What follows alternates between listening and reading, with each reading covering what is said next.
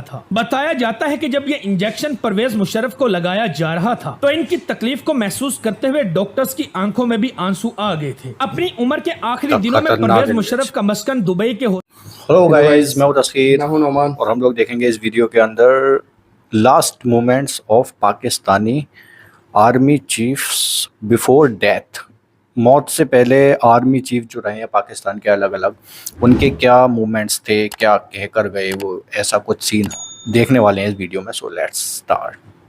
کس Pakistani army chief کی موت کیسے ہوئی؟ پاک فوج کے پہلے آرمی چیف سر فرینک والٹر مسروی تھے، جبکہ جنرل عاصم منیر موجودہ اور 17ویں سپہ سالار ہیں۔ پاکستان آرمی کے 17 میں سے 10 چیفز وفات پا چکے ہیں۔ کیا آپ جانتے ہیں کہ ہماری فوج کے ان 10 کمانڈر ان چیفز کی موت کن حالات میں ہوئی؟ یہ تمام آرمی چیف اپنی عمر کے آخری حصے میں کن کن خطرناک بیماریوں سے لڑتے رہے اور کن حالات میں چل بسے؟ کس فوجی سربراہ کے جنازے میں کوئی بندہ نہ تھا اور نہ ہی ان کو دفنانے کے لیے قبر تک کھو دی گئی؟ اور وہ کون سے سفید پوش آرمی چیف تھے کہ جس نے اپنے بینک اکاؤنٹ میں اپنے کفن دفن کے لیے چند 100 روپے پہلے سے جمع کر رکھے تھے؟ تو ناظرین، آج کی اس ویڈیو میں آپ لوگوں کو ان تمام تر آرمی چیفز اور ان سے جڑے دیگر حقائق کے بارے میں بتانے جا رہا ہوں، لہٰذا ویڈیو کو آخر تک ضرور دیکھیں۔ سر فرینک والٹر مسروی وطن عزیز کے پہلے army chief general sir Frank Walter Messervy کیونکہ انگلو انڈین تھے، یہی وجہ تھی کہ ریٹائرمنٹ کے بعد برطانیہ آ کے رہنے لگے۔ یہاں فروری 1974 میں یہ 80 سال کی عمر میں وفات پا گئے۔ ناظرین، یہی وہ جنرل مسروی تھے جنہوں نے گورنر جنرل محمد علی جناح کے احکامات کو ماننے سے انکار کر دیا تھا۔ کتب میں درج ہے کہ یہ موصوف قائد اعظم کے براہ راست حکم کو خاطر میں نہ لائے اور کشمیر میں فوج بھیجنے سے انکار کر دیا تھا۔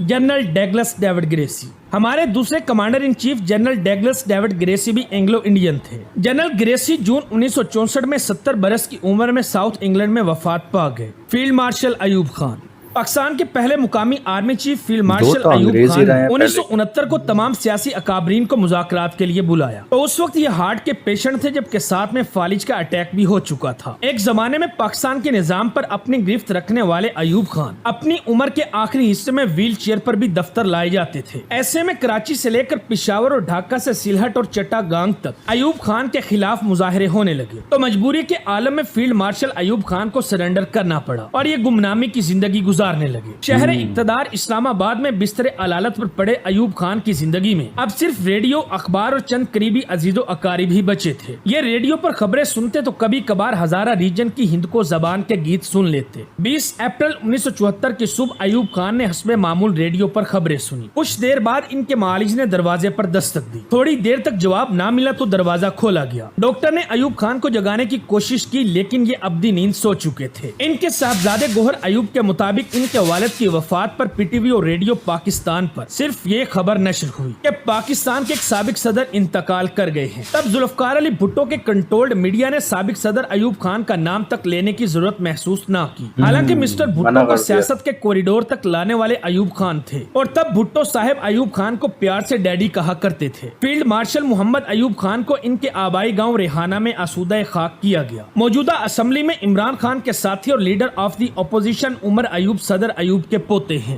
جنرل موسیٰ خان 65 کی جنگ کے دوران جنرل موسیٰ خان ہمارے آرمی چیف تھے۔ ان کو جنرل ضیاء الحق کے دور حکومت میں گورنر بلوچستان بنایا گیا۔ ہزارہ شیعہ برادری کے سپوت جنرل موسیٰ خان گورنر ہاؤس کے مقیم تھے کہ یہ 12 مارچ 1991 کے روز چل بسے۔ ان کو ان کی وصیت کے مطابق آرمی قبرستان کی بجائے ایران کے شہر مشہد میں واقع حضرت امام رضا کے مزار کے احاطے میں آسودہ خاک کیا گیا۔ جنرل یحییٰ خان جنرل موسیٰ خان کے بعد general Yahya Khan army chief بنے۔ پاکستان کے دوسرے فوجی عامر جنرل آغا محمد یحییٰ خان کے حوالے سے یہ بتایا جاتا ہے کہ سقوط ڈھاکہ کے بعد ان کو وہ کچھ دیکھنا پڑا جس کا یہ تصور بھی نہیں کر سکتے تھے۔ یحییٰ خان نے اقتدار کے گھوڑے کی باغیں بھٹو صاحب کو تھمائی اور خود سائیڈ لائن ہو گئے۔ پاور ملتے ہی مسٹر بھٹو نے سابق صدر یحییٰ خان سے گن گن کر بدلے لیے۔ یہ اپنے گھر میں نظر بند کر دیے گئے اور ان کا کسی سے کوئی رابطہ نہ رہا۔ بھٹو صاحب نے تمام تر شرارتوں اور سازشوں کا ملبہ جنرل یحییٰ خان پر ڈال دیا۔ جنرل صاحب کی خاص الخاص بیگم اکریم اختر جو ہماری سیاسی تاریخ میں جنرل رانی کے نام سے مشہور ہوئی، ان کو بھی حالات کی ستم ظریفی سہنا پڑی۔ جنرل رانی نے شورش کاشمیری کی بیگم صاحبہ سے کہا کہ مجھے پناہ چاہیے میں ایک مظلوم خاتون ہوں, مجھے زمانے نے دھتکار دیا ہے. اس موقع پر آغا شورش کاشمیری جنرل رانی سے کہنے لگے کہ میں تمہیں اپنے ہاں زیادہ دیر تک پناہ نہیں دے سکوں گا. پھر جنرل رانی نے یہ رات شورش کاشمیری کے گھر کے اوکم میں بھینسوں کے لیے بنے ایک چھپڑ کے نیچے گزاری اور صبح ہوتے ہی چل دی. فوج کے شعبہ اطلاعات عامہ کے سابق سربراہ بریگیڈیئر AR صدیقی کے مطابق جنرل یحییٰ خان صرف ایک پلنگ تک محدود ہو کر رہ گئے اور یہ خود کو ہلا تک نہیں سکتے تھے. سابق فوجی صدر کی آنکھیں پتھرائی ہوئی تھیں. بولنے اور سوچنے سمجھنے کی صلاحیت سے محرومی کی حالت میں جنرل یحییٰ خان نے اپنی آخری سانسیں لیں.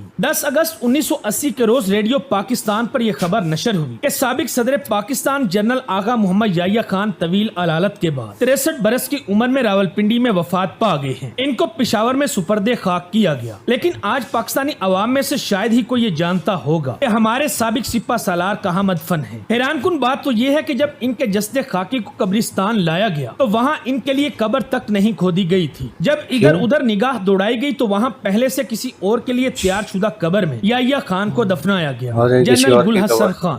پاک فوج کے چھٹے آرمی چیف جنرل گل حسن خان کو فوج سے ریٹائرمنٹ کے بعد سفارت کاری میں آنے کا موقع ملا اور یہ آسٹریلیا میں پاکستانی امبیسیڈر تعینات ہوئے. لیکن پھر بھٹو سے لڑائی کے بعد یہ اپنے پنڈی شہر میں ایک پرسکون ریٹائرڈ لائف گزارنے لگے. ان کے بچے آسٹریلیا میں سیٹل ہو گئے تھے. یہی وجہ تھی کہ یہ کبھی پاکستان تو کبھی آسٹریلیا میں رہتے. یہ راولپنڈی کینٹ میں 2 کمروں کے ایک گھر میں مقیم تھے جہاں انہوں نے جنرل پرویز مشرف کے ملٹری کوچ سے 2 روز پہلے یعنی 10 اکتوبر 1999 کو اپنی آخری سانس لی. یاد رہے کہ ان کے بینک اکاؤنٹ میں چند سو روپے تھے جو کہ انہوں نے وفات سے پہلے اپنی تجہیز و تدفین کے لیے بچا کے رکھے تھے. جنرل ٹکا خان. 7ویں army chief general Tikka Khan Peoples Party کے بہت محبوب تھے. یہ 1988 میں راولپنڈی شہر سے شیخ رشید کے خلاف الیکشن ہار گئے جس کے بعد بی بی بے نظیر نے ان کو پنجاب کا گورنر لگا دیا. پھر صدر غلام اسحاق خان نے اگست 1990 میں کرپشن کے چارج لگاتے ہوئے بے نظیر بھٹو کی حکومت کو چلتا کیا. یوں جنرل ٹکا خان کو بھی پنجاب کی گورنرشپ سے ہاتھ دھونا پڑے. بعد ازاں یہ سیاست سے توبہ طیب ہو کر اپنی ریٹائرڈ لائف انجوائے کرنے لگے. یہ اپنی عمر کے آخری حصے میں طویل عرصے تک بیمار رہے. یہ CMH راولپنڈی میں زیر علاج تھے کہ 28 مارچ 2002 کے روز 87 برس کی عمر میں انتقال کر گئے. جنرل محمد ضیاء الحق. پاکستان کے 8ویں آرمی چیف جنرل محمد ضیاء الحق تھے. یہ 17 اگست 1988 کی ایک صبح تھی. اسلامک کیلنڈر پر 3 محرم کی تاریخ تھی اور پورے ملک میں جنرل ضیاء پوری آب و تاب سے حکومت کر رہے تھے. ایسے میں یہ اپنے ساتھیوں اور امریکی سفیر رافیل کے ہمراہ ایک فوجی مظاہرے کو دیکھنے C-130 طیارے میں سوار ہوئے. ابھی اس طیارے کو اڑان بھرے 10 منٹ ہی گزرے تھے کہ 4:30 منٹ پر طیارہ کریش کر گیا. پاکستان کے سرکاری نشریاتی ادارے PTV سے یہ خبر نشر ہوئی کہ 17 اگست 1988 کو چیف آف آرمی سٹاف اور صدر پاکستان جنرل محمد ضیاء الحق کا طیارہ بہاولپور کے نزدیک کریش کر گیا ہے. تباہ ہونے والے C-130 طیارے میں صدر ضیاء الحق کے علاوہ جنرل اختر عبد الرحمان, بریگیڈیئر صدیق سالک اور امریکی سفیر آرنلڈ رافیل سمیت کئی اعلیٰ شخصیات سوار.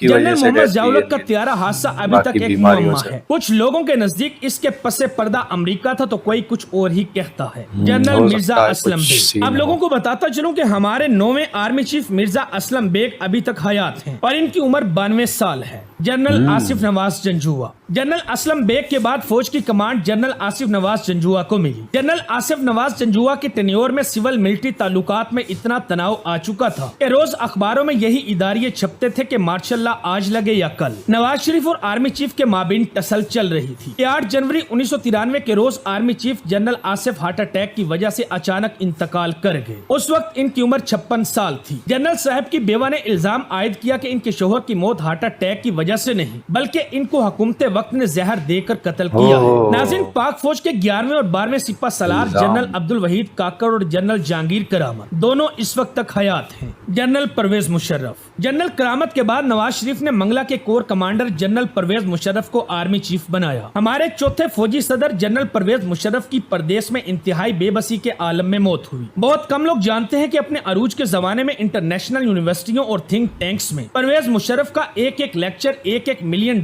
کا فروخت ہوتا تھا. اس وقت یہ ٹویٹر پر عمران خان سے بھی زیادہ فالوورز رکھتے تھے. پاور اور اقتدار چھوڑتے ہی یہ لندن اور پھر دبئی میں رہنے لگے. اچانک 2018 کے آخر میں پرویز مشرف کے وزن میں کمی آنا شروع ہو گئی اور یہ جسمانی کمزوری کا شکار ہونے لگے. طبی معائنے کے بعد پتہ چلا کہ یہ ایک سنگین بیماری کا شکار ہے جو کہ